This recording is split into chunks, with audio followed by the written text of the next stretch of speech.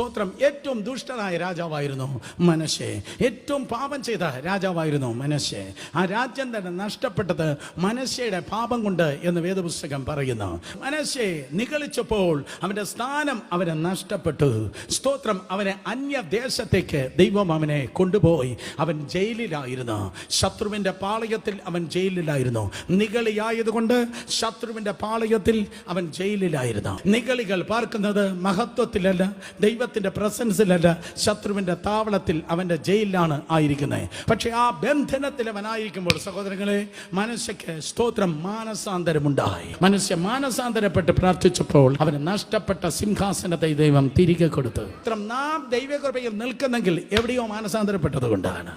Hallelujah. നമ്മൾ perfect ആയത് കൊണ്ടല്ല.